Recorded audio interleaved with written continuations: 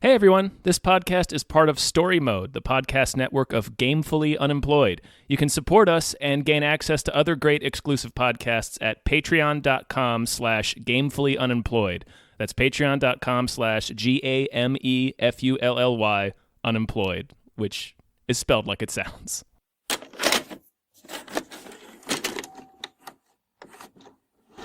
Hi, everybody. Hello everyone. My name is David Bell, My name is Tom Ryman. and we just watched The Booth at the End, The Booth at the End.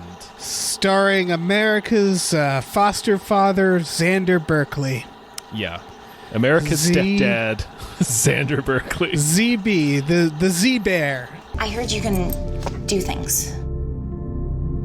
I give people the opportunity to do things. But you can make things happen, like magic. There's something you need? I want to be prettier. What we do is we make an agreement. What do I have to do? I offer you a task. You do the task. You get what you want. Tasks. Old Z-Bear. This is, it's a Thursday, Tom. Mm-hmm. I believe. I've been told it's Thursday. I mean, who can say at this point? Mm-hmm. I don't even know what month it is. Yeah, no. Jesus. Yeah, Couldn't even... Jesus. don't No, not ask gonna try that. ask me that question. Jesus Christ. Yeah, but that means it's a we just watched classic with one of our Patreon subscribers. In this case, Lef. Yeah, Lef. Lef told us about this series. It's free on Amazon Prime. I believe it's also on Hulu. It was made in like 2010 or 11. Yeah, It's- 2011. Yeah, it's 2 seasons. We were tasked with watching the first, Yes. which is 5 episodes at 22 minutes each. Yeah, 5 Quick 22-minute episodes. So normally we would be like, no. Oh, yeah. When someone's like, will you watch a series? It's like, no. No. Of course not. No. But when we realized it just equals to like less than 2 hours, it was like, yeah, fuck it. Yeah, like 110 minutes. It's got the X-Bear, so Yeah, you know. it's got Z-Bear. I follow him on Twitter. Do you follow him? I do. Good. It's nice to check in with Xander Berkeley. Yeah, it's nice to know that he's still out there doing stuff. And he's okay. After getting a sword through the head in Terminator Yeah. 2 and Yeah. getting killed by Virginia Madsen as Candy Woman Right. God, what a professional dick. and betraying the President of the United States in Air Force One. And playing God? Probably not God in this. It's unclear. Yes. what He's he not is God. in He's this. not God. This No, is he's definitely not God, but Well, okay, before we describe the plot, how did you like this, Tom? well, I'm going to start off by saying I actually really enjoyed this. Same. And I urge you guys to stop the podcast right now and go watch the series because I'm going to watch the second season like as soon as I can. Same. So it's definitely worth watching. It's very, very good. I am very thankful to Lef Yeah. for telling me about this show that otherwise I would have never found. No, I never would have heard of this. It was apparently on FX, and this just never hit my radar at all. And I was paying attention to television in 2011, so I don't Right. know. I don't think it'll get a third season. Oh no, I'm sure not. But yeah, I definitely want to watch season 2 and will soon after this podcast. This is what's impressive is it becomes very clear that the entire show is going to take place in a booth at a restaurant. Yep, in the same booth at the same diner. And for something that does that, it's very impressive. Yeah, it's incredibly good. It's very well written, and they managed to shoot it. They managed to keep changing it up so that there's like different shots and different feelings, and they don't, it's not just the same static shot Right. of two people sitting in a booth. They actually figure out how to make each scene different, and like there's a language for each person that he sits with. And It's I just mean, very impressive. yeah, and even without that detail, the dialogue is riveting enough. Like, Oh, yeah. I never stopped paying attention. I got very nervous when this show started because I think because of the name and immediately seeing like the quality of the pilot in terms of it didn't look as well shot, or it didn't look like the whatever it was shot on was as nice as what it's later shot on in the episodes. Yeah, and the sound's a little bad Yeah. in the And first episode. The moment that happened, I was like, okay, we're not leaving this diner. And then the title came up, and it's the same font. It's the typewriter font from Clerks. And I was like, oh, no. Yeah. It's like, are you going to try to be Clerks? Is that what I'm about to watch?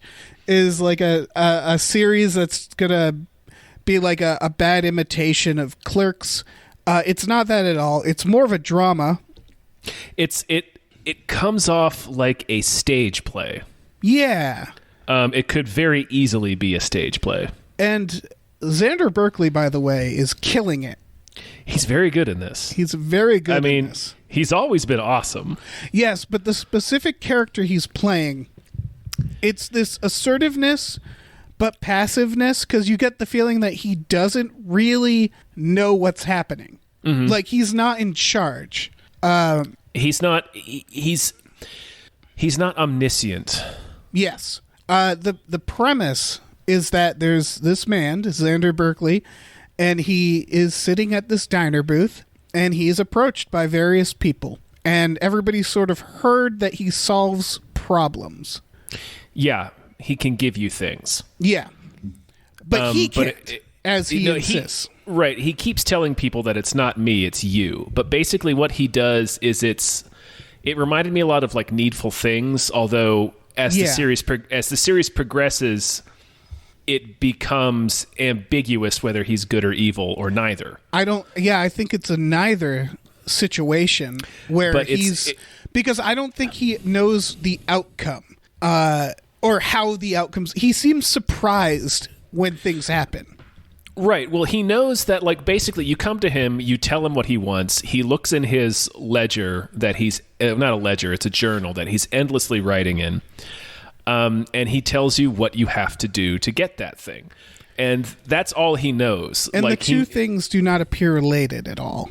They don't. No, it's like the first scene we see is a girl comes to him and is like, I want to be prettier. And they have this. Oh wait, no. The first person that comes to him is James, right? Yes, but what you were about to say is the best example because she says I want to be prettier, and he says you need to rob a bank. You need to rob $1,078 from a bank. Yeah. Yeah. The first scene with James is ambiguous, and then we sort of learn that he's picked out a little girl for something, and then we later find out that he's supposed to kill that little girl in order to save his son, who is in the hospital with cancer. Yeah. And later there is a second man that the second man wants a woman from a centerfold. Yep. And so he says you have to protect this little girl. Yeah. And it's the same girl. And that's what starts happening. Yeah. Right. That's the Needful Things vibe, is that the people's tasks all most of them become intertwined. Yes. But as they play out... Oh, go ahead. Oh, no. I think you were about to say what I was going to say. Well, I was going to say, as they play out, like they start to change. Not everybody follows through with their deals, and it's like it becomes clear. Like I appreciate that in the very first episode, one of the people that comes to him is a nun. Yeah. Who wants to hear God's voice again. Like she says she doesn't hear God's voice anymore. And she straight up asks him, it's like minute 12 of this series, are you the devil? Right. Because that's everybody's thinking it. Right. That's going to be the first thing you think. And then he says, I forget how he answers it. Well, the first thing I'd ask, I'd be like, are you Xander Berkeley? Yeah. Yeah. But I forget what he said. Do you remember what he says? It's he doesn't say yes or no. No, he says something... Oh. Like something like, do you believe I am? Or like, would it matter if I was? Or would you know if I was? Or something like that. Mm-hmm. So it's you're like... it's ambiguous, but he seems to know the answer. Yes, he knows. Yeah. And there's a couple of telling moments where like it sort of hints at what he might be. Like somebody asks him, well, you're the middleman, so who's your boss? And he kind of smiles at that. Yeah, that's how that episode ends, which I really liked. And then the kid later asks him, do you know what it's like to have a dad that beats the hell out of you every time just because the bottle says drink me? And he pauses for a second and he says, no, I don't. Yeah. He also says, I have trouble sleeping. Yeah, I have trouble sleeping, yeah. Which implies that he sleeps. I think like the point is to not know what he is. Right. That's the point I was getting to, is that like you're because of the needful things aspect where it's like intertwined, and it's like he's tasking some of these people with terrible things. Yes. So you're like, okay, he's evil. But as the series goes on, it's like, is he? No, because ultimately things work out to an extent. Like there are innocent people who get killed.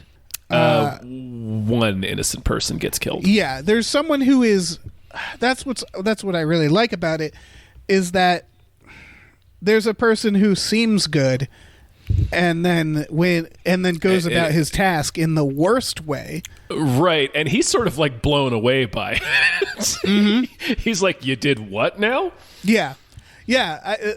I always the best way to think of this character is he's kind of an angel. Like he's an angelic presence, I think, because he's more like a neutral angel. Where I ended the series feeling like he was an angel. Yeah, but a different kind of angel where like he puts the choices in front of people, and he doesn't force anybody to do anything. He never gives an opinion on what they should do either. And anytime somebody asks, he's just like, you don't have to do it. Right. He says, there are many choices you can make. I'm just giving you a very specific one that you can make. That's what I liked, is like the guy talking about his son and being like, well, will he die if I don't do this? And he's like, no, maybe he'll get better. Like, I'm not controlling it. I'm not blackmailing you. It's just that if you want him to get better, definitely you do this. The woman says about her.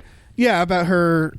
There's a woman who has to bomb a restaurant to cure her husband's Alzheimer's, and he says something like, "Yeah, maybe he'll be cured." And she's like, "It's not a curable disease." And he's like, "Well, people have fallen from planes and survived. Nothing's impossible."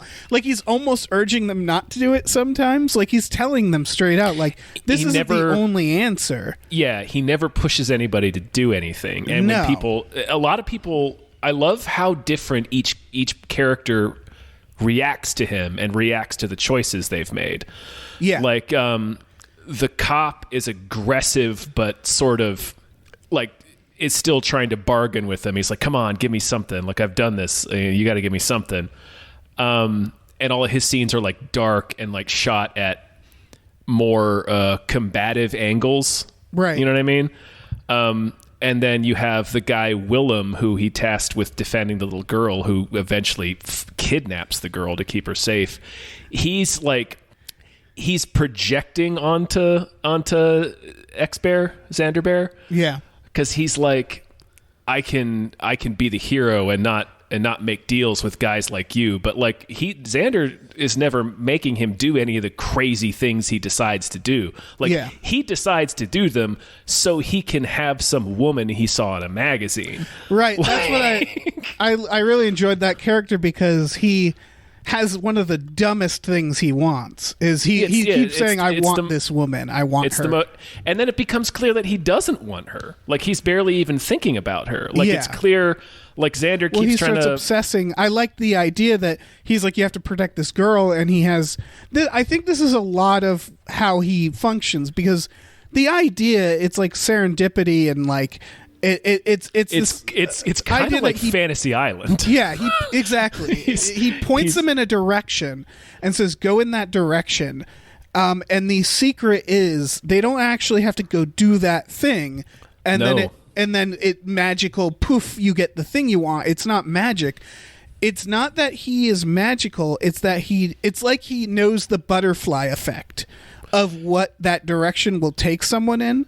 as opposed to being in control. Like, that's what I thought the ledger meant and everything, is that he's just being told, like, okay, if you point this person in this direction, everything will fall into place in a way that gets them what they want.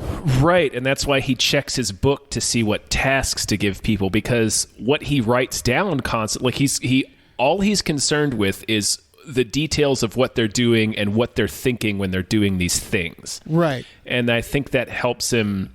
That's like what determined, like that, like you said, that maps out the butterfly effect for him. And I think what he's doing is he's putting people on a path to get something that they actually want but aren't sure of, like, Yeah. or subconsciously Well, want. That's the idea, is to get, And they either make the choice or they don't. the everybody says they were recommended him by someone else, and they always say that person was very happy or very satisfied. Mm-hmm. And of course you're thinking, like, well, we're not going to run into people who are dissatisfied if they all died or if something horrible happened. Right. So you're only seeing the happy versions. But what it really is that everybody, or almost everybody, comes out of it feeling okay. Like the woman who wants to be pretty ends up finding a man who's really into her, who's a bit of a little scumbag. Well, he's but, a bank robber. He's a bank robber. I mean, well, so is she. Not all the outcomes are ideal. Well, that's what it is that's what I like about it, is that when you think a guardian angel or an angel in a movie, it's always like, and everything worked out. And in this, it's like, no, everything is kind of evened out. It's a spectrum. And most of the people came out happy. Some people came out really happy. Some people came out dead. Willem dies and Melody dies. Yeah. So, but yeah. they do get Melody gets what she wants. Melody gets what she was after, which was to get her family out of financial dire straits. But I don't think it's his fault. I don't think he knew she would die. I think the idea is that he can point them in that direction, but ultimately humans are random. So it's up to those people. Those people there's still fate. Or there's still no fate, but it's what not, we make. Right, it's not exactly. It's Xander not Berkeley. no exact Xander Berkeley. Rip. What the fuck is his name in T2? Oh, Todd. She's not my Fucking mother, Todd. John, get your butt inside and do what your mother tells you. Because it's all about the choices that each person makes, and because except for the old woman who has to put the bomb in the coffee shop, everybody else's task is intertwined with each other's. Yeah, well, she's the other side of the spectrum. Although I will say there were characters who mentioned, like, we went out for coffee, or I was in a coffee shop, and I assume that's the coffee shop Probably, she was going to bomb. Yep. But she's almost the other side of the spectrum, which is that she doesn't do it, and it still works out for her.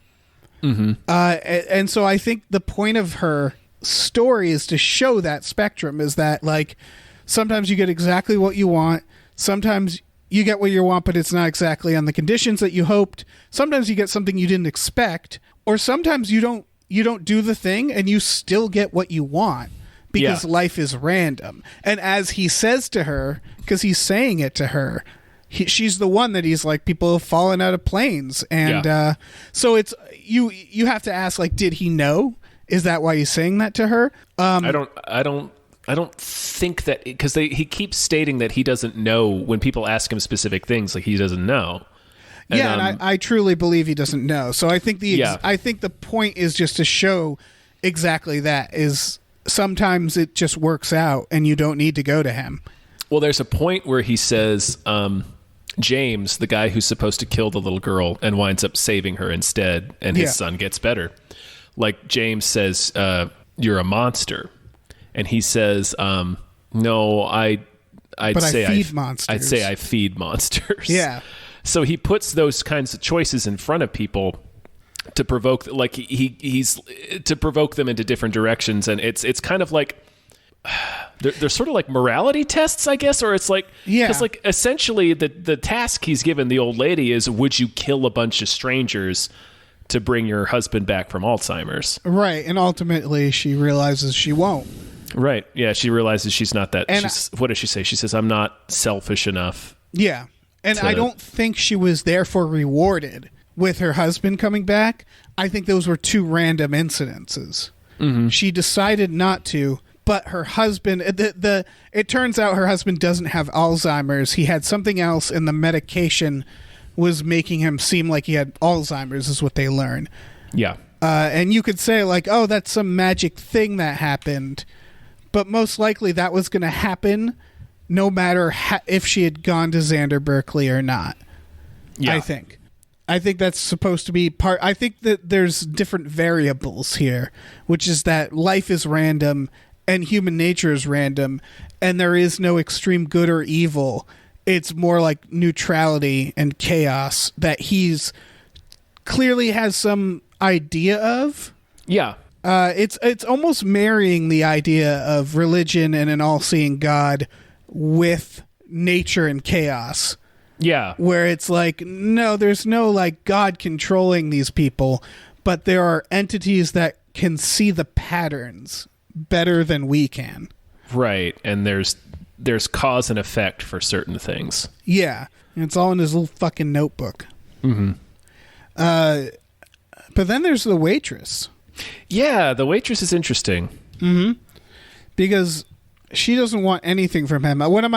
I didn't take many notes. I started to, and then I got too into the series. Right, I was just watching it. Yeah. Yeah. One of my first notes was like, wow, that waitress has heard some shit.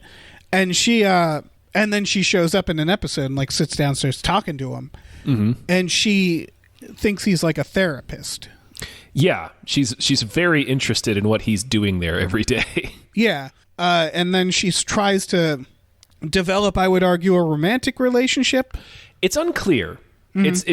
She's definitely lonely. Yeah.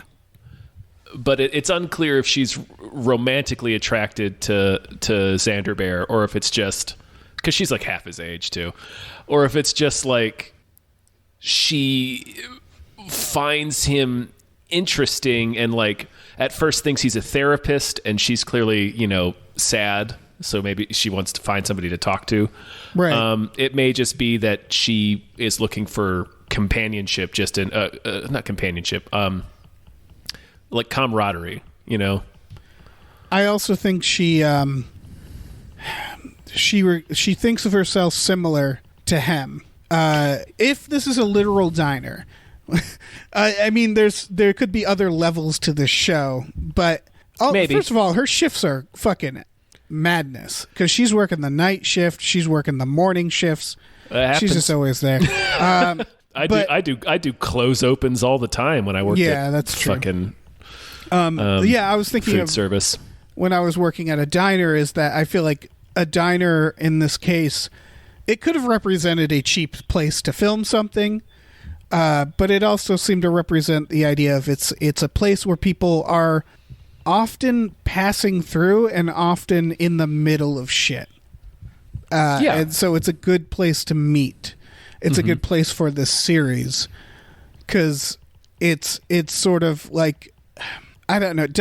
Obviously, there are people who just go and hang out at diners too. But diners are like in a movie. When people go to a diner, it's to rest between like action sequences. You know what I mean? Where it's and discuss some exposition. Yeah, because they're always open. They're always there, and they have the basic necessities of pie and coffee. So I assume that's sort of the significance of her and the diner is that she feels like a therapist, and she relates to him. And she's sort of stuck in this midway point between like actually experiencing things or actually living something. Like she says she's very lonely. Like she tells him that. Yeah, and I imagine so is he. Probably. They definitely make him look in that scene anyway when they're talking to each other, he looks very tired. Well, they start shooting them through their reflections too. Yeah, that's true. Yeah, which I thought was interesting. And he does seem like not a sad character, no, but definitely like powerful and lonely. Yes. Like- He seems very wise, but also kind of burdened by his wisdom somewhat. Yeah. But also not that... He says it a few times where he's like, I'm not as powerful as people assume I am. Mm-hmm. Because, yeah, like, it's like, all right, what... Like, yeah, the guy's arc where he's trying to protect a little girl, he does it... It's funny because it never occurs to him to go to the police. No, and when he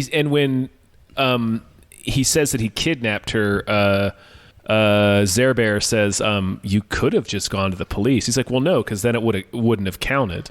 Right. But, like, he never even asked. Why wouldn't it have counted? Like, we find out later, like, when Melody is trying to get the recluse out of his house, and she suspects and then she comes to suspect he's a serial killer. She's like, if I call the police and the police drag him out, does that count? And he's like, yeah, that counts. You got him out. You got the ball rolling. Yeah. It's very funny with that. Some people ask, some people don't. Yeah, like, man, Willem is he makes so many assumptions about the situation at hand, and he projects so much onto Xander Berkeley. It's like, he was one of the more interesting characters to watch, because it's just like, you're watching this guy hang himself, basically. Well, yeah, because he starts as a weasel, but then it's a weasel given what seems like a noble task, and it's like, and he'll rise to the occasion like a weasel. Exactly. Yeah. What happens is he sneaks his way into the girl's life. He has to protect. He becomes a gardener nearby. He gets a job at the school, and right away Xander is sort of surprised by that approach, a little bit. So he just assumes identities, and then he saves the girl from a murder attempt of the other guy. From James, yeah. And then realizes, this guy has been tasked with killing her. And so he just kidnaps the little girl. And then he is like, I have to kill James. I have to kill the guy that you sent to kill her. That's the only way to protect her. Mm-hmm. And then he goes to his house, breaks in, and James ends up murdering him instead. So he's one of the two people who dies. Yeah, Melody is the other one. Yeah. She tries Melody, to... She drugs the... They have a very sad parting scene. Yeah, like, she's a very interesting one. Yeah, I really...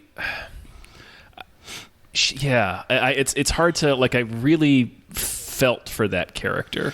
Yeah, she's a tragic character because she just wants to help her father's store. Yeah, she wants to help her family out, and then it seems like she's doing a good thing at first, because Xander's like, you got to get a recluse outside. She's like, well, I volunteered for Meals on Wheels. I found this guy.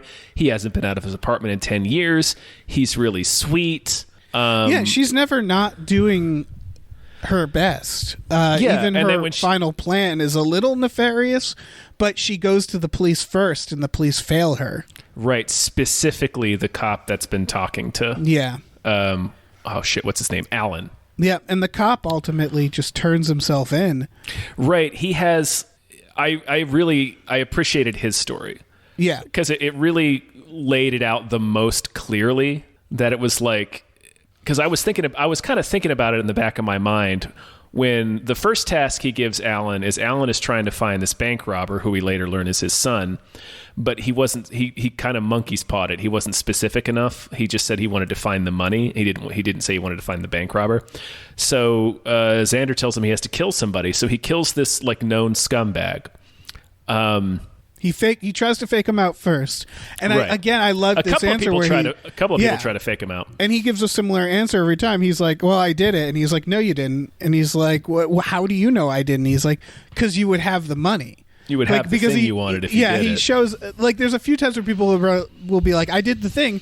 Where's my reward? And it's like, I'm not a fucking genie. Like, it's just the things that you would do would result in that Right. thing. It'll happen if you did it. Yeah. So he makes a second deal he says, I want to catch my son before anybody else catches him, and before he kills somebody or somebody kills him. And he's like, okay, so you have to find a dirty cop and protect the dirty cop. So he does find one in his precinct and is wondering about how to protect him. And in the back of my mind, I was like, well, you're dirty. Yeah. And then like he comes to that realization in the last episode where he's like, I realized I'm the dirty cop. I've been protecting myself for years.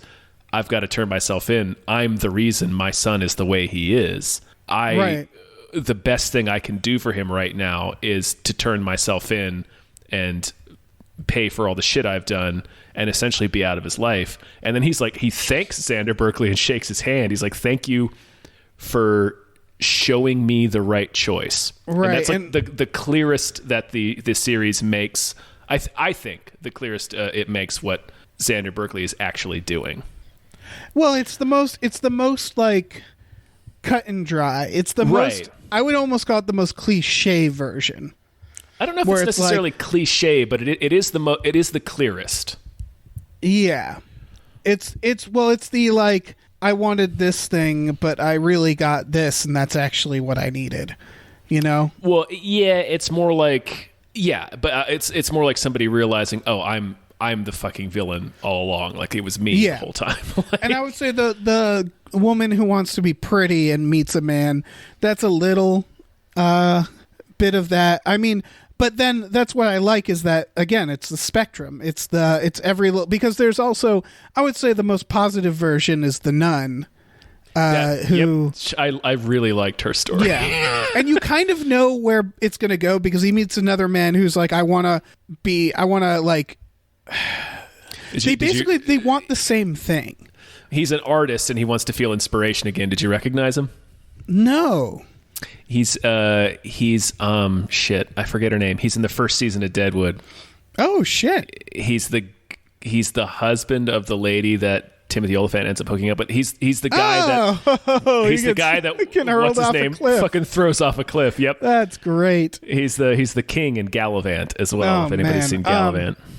Yeah, because he wants to feel inspiration and he says to him, like, you have to be a father. And then a nun comes and says, I want to hear God again. And he's like, well, you have to get pregnant. We see her first. We don't see him but the moment he says that to each of them, I was like, oh, okay. Right, but we don't know how it's going to turn out. Right. And in this version, they both get what they want in each other and in forming a family together, essentially. Right. And she's killing it. That nun is great in this. I loved her, man. I loved all of her scenes. Really good. Yeah, she was great. And then it was, like you said, it's the happiest ending because she gets pregnant and she's like, yeah, I hear God. Yeah. Like, I hear God in the child that I'm going to have. Yeah. And I mean, she has to leave the convent, but it's like... But she doesn't care. But this is what was going to make you happy. Yeah. And this having a family isn't against God, surely. So... Yeah. It's against vows. That's it's against the vows she took. But yeah, and I loved those scenes where she's like, but I have to break my vows. And he's like, well, then don't. Or do. It's entirely up to you. You may end up hearing God. And then at one point when she's like, he kind of pushes her a little bit in that direction when she starts talking about all the quasi dates they've been having. Like, she keeps sneaking out of the convent to go. Oh yeah, and he's like, you're dating? You just have to have the kid. Right. And she's like, well, I can't have it with just anybody. It has to be somebody important. So already she sort of like gets it, I guess. Yeah. And I assume because he also, the decisions are based off who is being given them too. Mm-hmm. It feels like it's like a combination. It's like, okay, this person to get this result needs this task. And if they do that thing, if they head in that direction, based on who they are, they will get that thing. So it's the idea of like, yeah, you just need to have a child.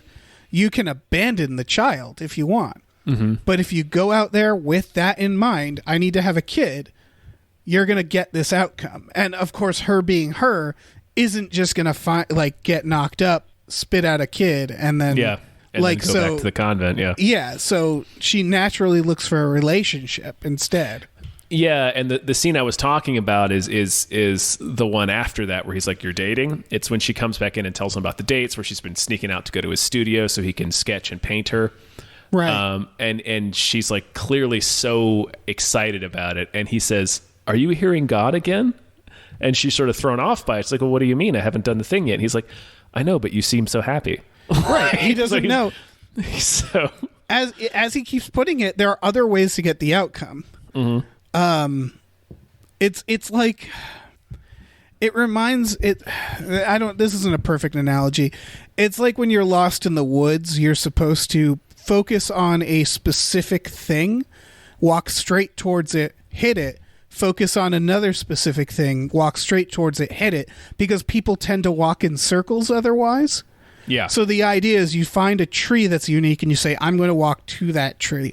And that's what it feels like he's doing, is that he's saying, go exactly in that direction. You don't actually have to reach that thing. And so like he is surprised that the results might happen before, which is really funny. But it's like there's so many variables along the way that he really doesn't seem to know. Yeah. And his interactions with her were terrific with that. Yeah, those were great. Because she kind of rolls with it. Like she's not necessarily happy with what he's telling her, but she gets into the spirit of it the most, I feel like, on her own. Like she says she's not going to do it at one point because dating is too hard, and then it just sort of happens. Yeah. You could even argue that it's not necessarily what he anticipated, because she stopped. And then she just happened. Oh, no, she ran into the guy because she saw him while she was doing the dating. She went to an art gallery to try to get picked up. Yeah, right. He was an artist and he was there. I think he doesn't know the specifics. I think he just knows that if you do the thing he tells you to do, you will get what you want. If you go in that general direction. Right. Something else may happen along the way. I think, like, the note-taking, it's almost like an experiment. Because he always wants specific details, so it's like he knows. It's almost like he doesn't know why it works either, and he's trying to figure it out. That's what made me think he was along the lines of being an angel at the end of it. Although he could very well be either, but like it's and the comment where he says, "I feed monsters." Like if he was he still might say that if he was a demon.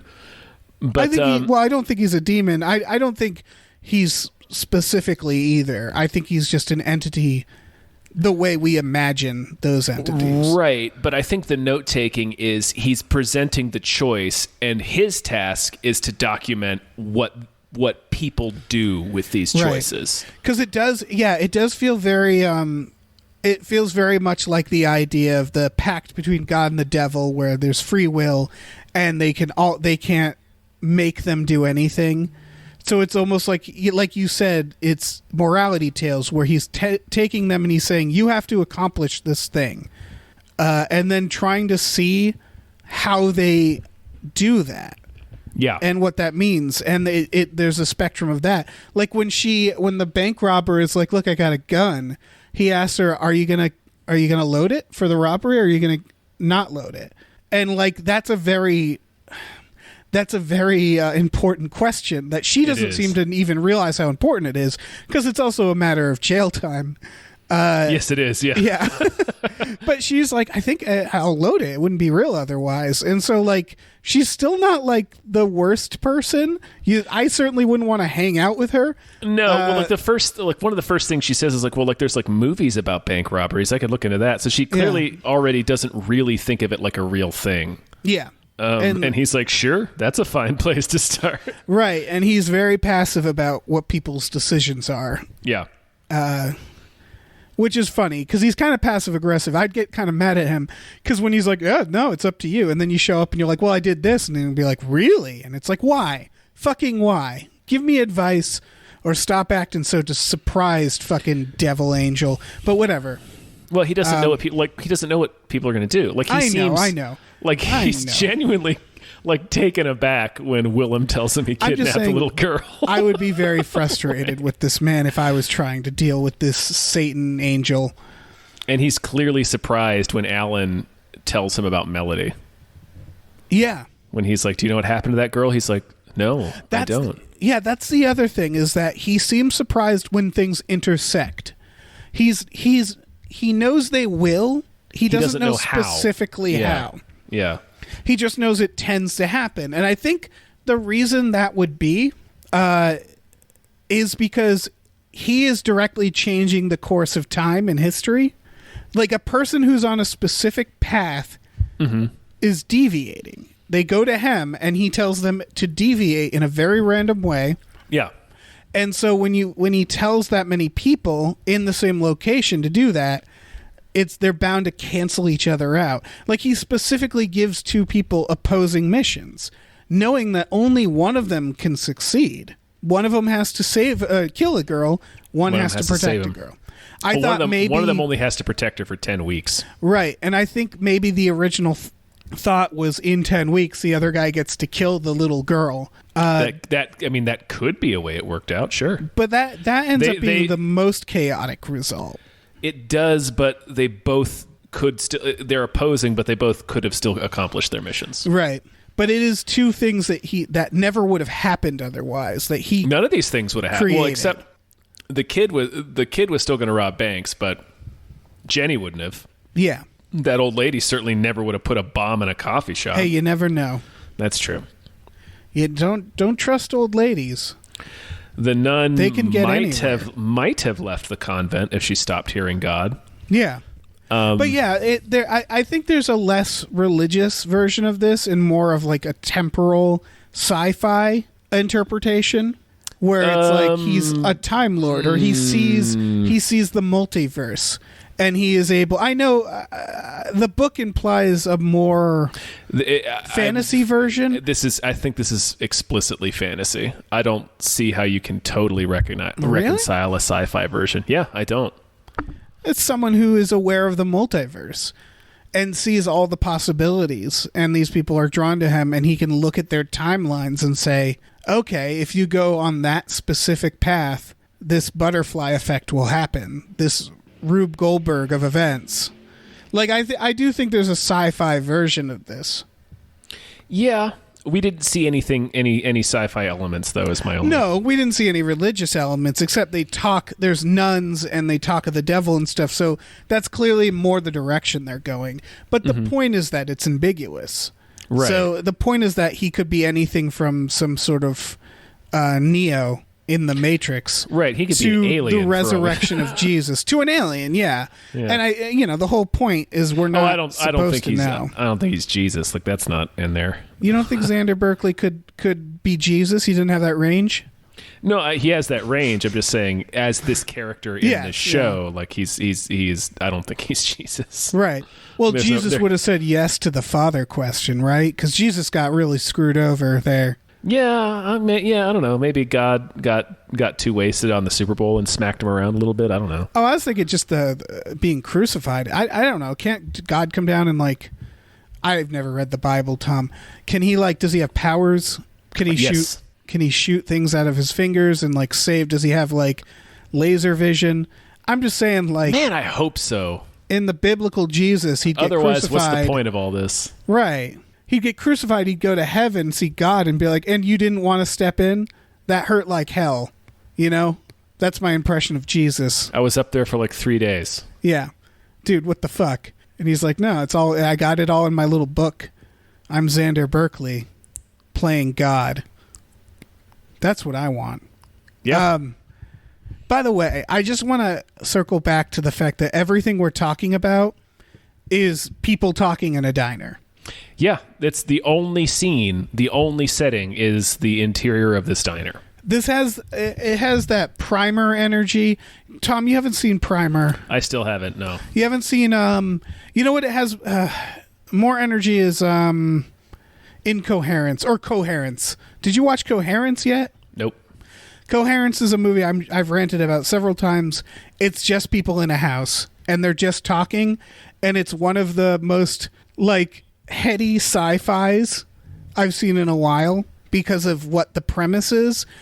Primer's the same way, where it's very low budget. It's mostly just talking, but you're like, oh, God, my head, what the fuck? And so I fucking love the low budget, limited, like, limited sets and manages to feel huge. And this manages to feel huge because they got these actors who are really good at selling it, who come in and they give basically monologues. They tell stories about what's happening in conversations. And you're like riveted by what's going to happen next because they keep leaving the diner and then coming back. Or Pontypool is another example. The zombie movie that's all over a radio. Yeah. Where it's like, yeah, you can sort of picture the scenes as they describe it. You're not sure what any of them will do because of how the characters act and how the outcomes go. So it's like really fun. I'm excited for season 2, knowing how random it can get. Yeah, a lot of the stories did not play out in the way I expected. No, not at all. And now knowing that season 2, it's like, fuck, I'm not going to know. Yeah, because there's perfectly innocent stories that end in heartbreak. Good people die, bad people die. There's justice. Sometimes there's not justice. Sometimes nothing. It doesn't even matter. Sometimes the thing he tells them to do doesn't happen. Sometimes it sort of happens. And I think we didn't even need to talk about how it ended. Oh, yeah. Yeah. So again, spoilers, everyone. Yeah, so Melody's dad comes in at the very end and sits down and explains what happened, that she dragged this serial murderer out of the house, and he basically scratched her to death? Clawed and bit her to death. Yeah. She bled out. Yeah, and so he asks, can he bring Melody back? And he says, yeah, that can happen. And then the series ends. Yep. And the show ends. That's where I was peeking at season 2, and apparently it's a new diner, mostly new characters. Well, Xander is obviously there. And they said some familiar faces, so I assume that dad is back. I assume we're going to continue this, because that's when, it's the perfect ending, because everything until this point is what we were saying, which is he isn't magical. He can just see outcomes. But that's a person coming back from the dead. That's necromancy. Right. So the implication is that there's two versions. The implication is that he can, through magic, bring a person back, or he could tell that dead to do something. Because I think there's also escalation. Is that he proves it to the scumbag bank robber kid by saying the kid's like, I want flowers for, what's her name? Jenny. He's like, I want flowers for Jenny. He goes, okay, help 10 ladies cross the street. And so it's like, okay, you want something that's manageable, do this manageable thing, and you'll see it shows up. So I assume that's why, right, he's going to have to sabotage a space shuttle. Yeah, because it's like, yeah, you want your kid to live, you have to kill another kid. It escalates. And so, yeah, bring someone back from the dead. There's the magical version where it's like, poof, she's back. Or he has to do something that sets off a series of events where scientists come up with a breakthrough where they can bring people back from the dead, right? Yeah. If it's confined to the realms of reality, which everything else seemed to be, that's what it would have to be. Yeah, so but the question is it confined to that? Right. Well, that's also how Game of Thrones season 1 ended. What? It ended with the dragons, where it's like everything else up to that point had been just standard medieval shit, and then all of a sudden there's dragons. That was, not to talk about Game of Thrones, that's not when I realized that Game of Thrones was magical, and maybe this is on me. It was when the witch did witch stuff. Because dragons could be creatures, you know what I mean? They have a biology. Yeah, sure. It's when she made a ghost show up, and I was like, wait. Oh yeah, that's when it gets really crazy. Yeah. But yeah, you're right. That's what this ending basically is. Is this going to become magical? Or I like the idea that it never leaves reality, but we'll see. Yeah. Either way, it's exciting. Yeah. No, I really enjoyed it, and I'm going to watch season 2. Yeah, me too. More. Give me more. More. Of that sweet Burke. More. I love him. Mm-hmm. He's terrific in this. He's very good, yeah. It's great seeing him not play like a fucking wiener. Yeah. Yeah. He's good at it. All right. Any final thoughts? No, just this is very good. Very good. If you didn't watch it and you listen to this, I hope you feel bad. Yeah, because we spoiled it for you. You should have watched it. I hope you feel like you should have watched it. Sorry, don't feel bad, but regret, Yeah, still go watch it. It'll be less good now that you know what happens, but yeah, find a guy. Then that means you can watch season 2 all fresh. Yeah, that's true. Or you could find a guy and wish you never listened to this podcast, and then then we get murdered. Probably. Yeah. Like a or train Never will Born or drive through my something. house or something. We get Ashton Kutched in the director's Yeah. cut of Butterfly Effect. We strangle ourselves with the umbilical cord. We sync up. We do it at. Well, I guess we were born at different times, so we couldn't do it at the same time. No, we could do it. We could do it at the same time, a year apart, though. That's true. Well, yeah, actually, it's like no, the we exact couldn't. same. We could have a strangulation. We couldn't. No, No. It's gonna take. it's more fine. than It's that. fine. It'll Okay. take more work, but it'll work itself out. All right. Geez, Lef, thank you so much. Yes, Patron subscriber. thank Lef. you so much. We appreciate your support. We appreciate you giving us this show to watch. This is Yeah. a really good show. This is a really good show. As we all do, I needed something to watch. So Yeah, this was good. Yeah. And if you're interested, we have a Patreon. That's where Lef did this through as a Patreon tier. It's patreon.com/gamefullyunemployed. We have exclusive podcasts there, like Fox Mulder is a Maniac and Tom and Jeff Watch Batman. So check that out if you want to. If you want to. We also have a store, tpublic.com/store/gamefullyunemployed, where we have T-shirts and stickers and stuff. But you guys, Look, don't buy T-shirts right now. No, here's what you do. I want you to buy a T-shirt, and on that journey, you learn something about yourself, and eventually turn yourself in for murder yes, or corruption. accurate. Yeah, or you That's- get a nun pregnant. Yeah, or both. Both things both. could happen. That's true. It's endless possibilities in the Berkeley universe. And- The Xanderverse. In the Zare Bear universe. Zerbear universe. Oh God, I love him. Yep, he's the best. Yeah, I just want to squeeze his tummy. I want to go. Who's a Z bear? X bear. Zare Bear. Zerbear. What a little Zerbear.